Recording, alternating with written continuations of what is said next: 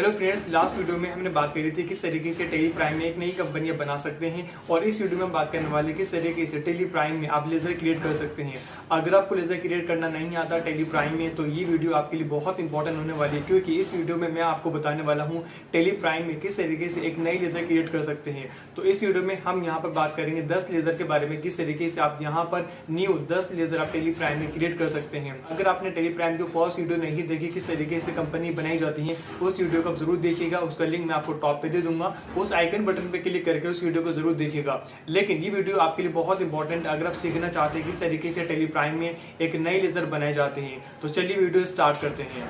First of all सबसे पहले यहाँ पर मैंने कुछ लेजर बनाए हुए हैं MS वर्ड के अंदर जो काफी इंपॉर्टेंट है, उसमें से हम बात करेंगे किस तरीके से आपको यहाँ पर टेली प्राइम में 10 लेजर क्रिएट करने हैं। हम 10 लेजर की बात करने वाले हैं।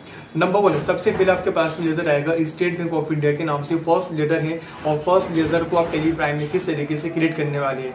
तो चलिए चलते हैं टेली प्राइम में। टेली प्राइम में आने के बाद में यहाँ पर सिंपल यहाँ पर सबसे टॉप एक ऑप्शन मिलेगा क्रिएट के नाम से।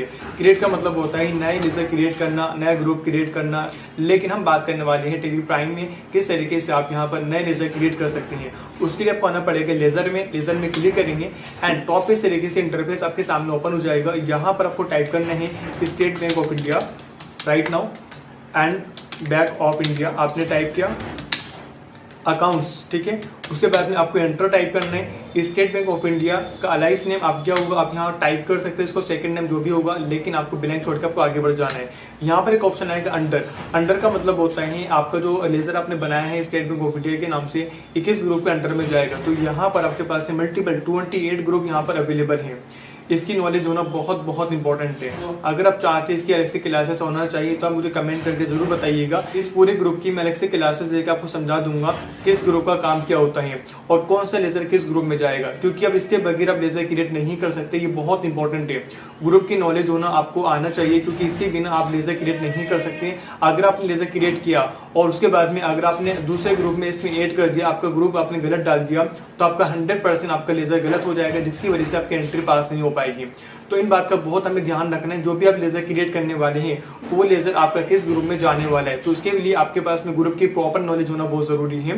एंड मैं इसकी अलग से क्लासेस लेकर आपको समझाने की पूरी कोशिश करूंगा नेक्स्ट क्लासेस के अंदर। राइट नाउ ये आप समझ चुके होंगे, क्योंकि अगर आप कोई भी लेजर बनाने वाले हैं तो वो लेजर किस ग्रुप के अंडर में आपको दिखाना है, उसके लिए आपके पास में ग्रुप की नॉलेज होना जरूरी है। ओके, अभी हम बात करेंगे स्टेट बैंक ऑफ इंडिया किस ग्रुप में जाएगा। ये आपको जाएगा बैंक अकाउंट के अंदर, क्योंकि आप बैंक में पैसा जमा करा रहे हो। ओके, आप जैसे यहाँ पर टाइप करेंगे बैंक अकाउंट, आपको इस तरीके से ओपन सबसे टॉप पर आएगा बैंक अकाउंट के नाम से। इस ऑप्शन पे क्लिक करना है, उसके बाद में आपको एंटर टाइप करना है।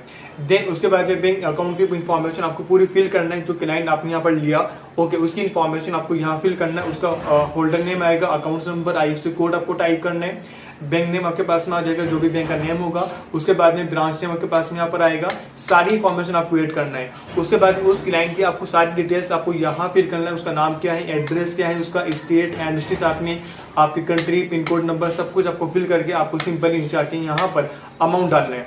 अमाउंट हम बैंक में जमा कराएंगे, आपको जो भी ओपनिंग अमाउंट है इसका 25,000 रुपये आपको यहाँ पर ऐड करना है। तो सिंपली आप अल्ट टैब टाइप करेंगे, आप टेली प्राइम में पा जाए। यहाँ पर आपको 25,000 आपको यहाँ ऐड करना है।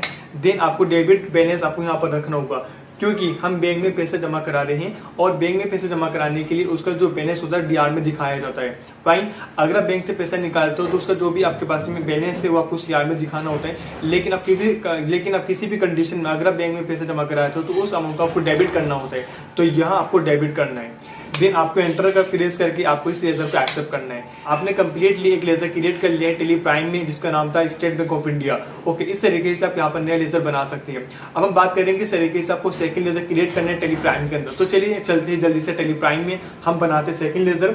आपको आना फर्नीचर्स आपको क्रिएट करने हैं। आप सिंपली टेली प्राइम में आएंगे, फर्नीचर टाइप करेंगे। ओके, फर्नीचर आपको जाएगा हमेशा फिक्स एसेट में आपको दिखाना है। ओके, आपका फर्नीचर क्या है, फिक्स एसेट है, तो आपको इस ग्रुप में अंडर में दिखाना होगा। ओके, आपने ऐड किया फर्नीचर को फिक्स एसेट के अंदर। देन अगेन मैं यहाँ फर्नीचर से लूंगा, फिक्स एसेट में यहाँ टाइप करूंगा।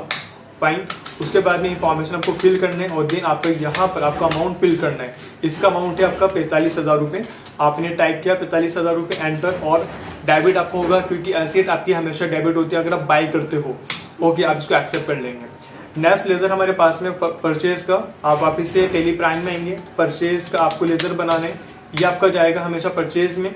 ऑलरेडी परचेज का लेजर मैंने बना रखा है, मैं वापस से नया बनाता हूँ। देन आपका जाएगा परचेज में नाउ एंड नीचे आके आपको यहाँ पर अमाउंट फिल करना है। इसके ओपनिंग बैलेंस के अंदर आपका ओपनिंग बैलेंस कितना है 35,000 रुपये, तो आपको फिल करना है 35,000 रुपये।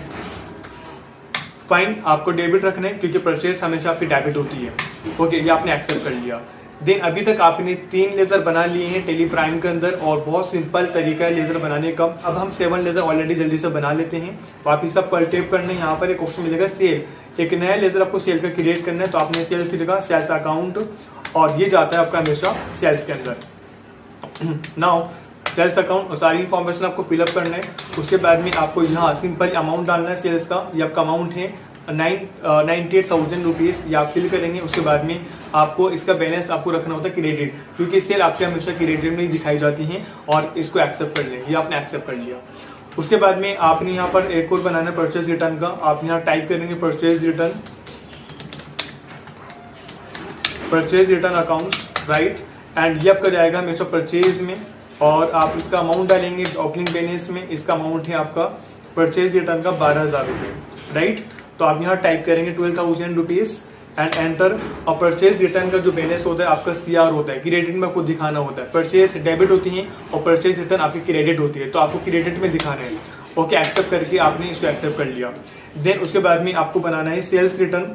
ओके, एंड आपको यहाँ सेल्स रिटर्न का रिजल्ट बनाना है। Let's see.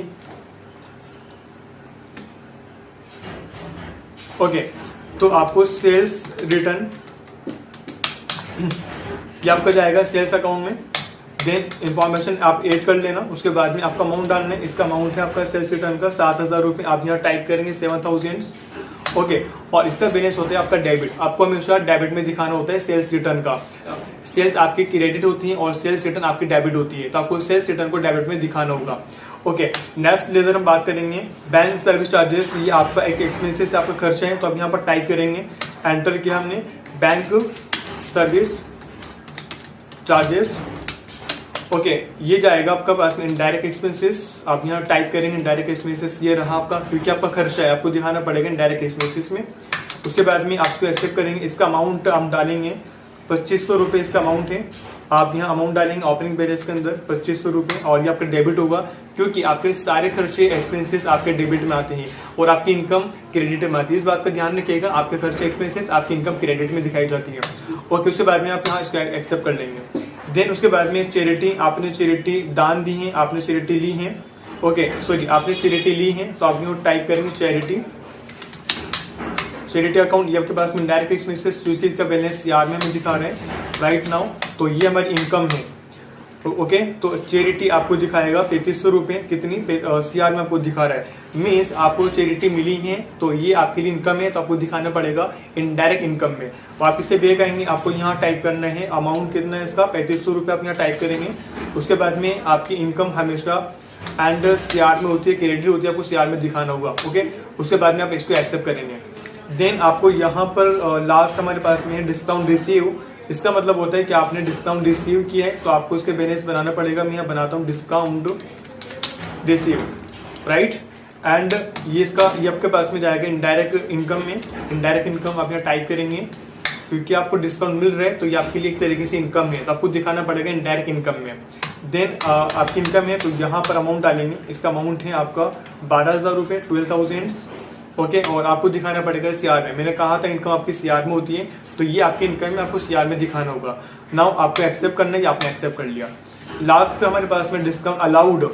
ओके, ये 10 लेजर हमारे कंप्लीट होने वाले हैं। डिस्काउंट अलाउड का मतलब होता है कि आपने डिस्काउंट दिया, तो आपका खर्चा हो रहा है तरीके से। आप ये दिखाएंगे डिस्काउंट अलाउड, क्या आपने डिस्काउंट का अलाउड किया है, फाइन। और ये जाएगा आपका इनडायरेक्ट एक्सपेंसेस। उसके बाद में आपने कितना डिस्काउंट दिया, अमाउंट डालेंगे। आपने डिस्काउंट दिया 13,000 रुपये का। ओके, तो आप यहाँ टाइप करेंगे 13,000 रुपीज़, और ये आपका कहलाएगा DR में, क्योंकि मैंने आपको बताया इनडायरेक्ट एक्सपेंसेस सारे DR में दिखाए जाते हैं, और इसको एक्सेप्ट कर लेंगे, फाइन। तो दोस्तों आपने 10 लेजर बना लिए टेली प्राइम में कितनी आसानी से। आप इस तरीके से लेजर क्रिएट करेंगे टेली प्राइम के अंदर।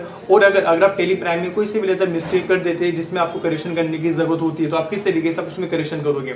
उसके लिए आपको बैक आना है। बैक आने में आपको एक ऑप्शन मिलेगा अल्टर के नाम से। अल्टर का मतलब होता है चेंजेस करना। अगर आपने जो लेजर बनाया उसमें जो भी आपने मिस्टेक की है उस लेजर में आपको किस तरीके से चेंजेस करना है, या फिर आप डिलीट भी कर सकते हैं। तो मैं आपको दोनों तरीके बताने वाला हूँ, एंड चेंजेस कैसे करेंगे और डिलीट कैसे करेंगे।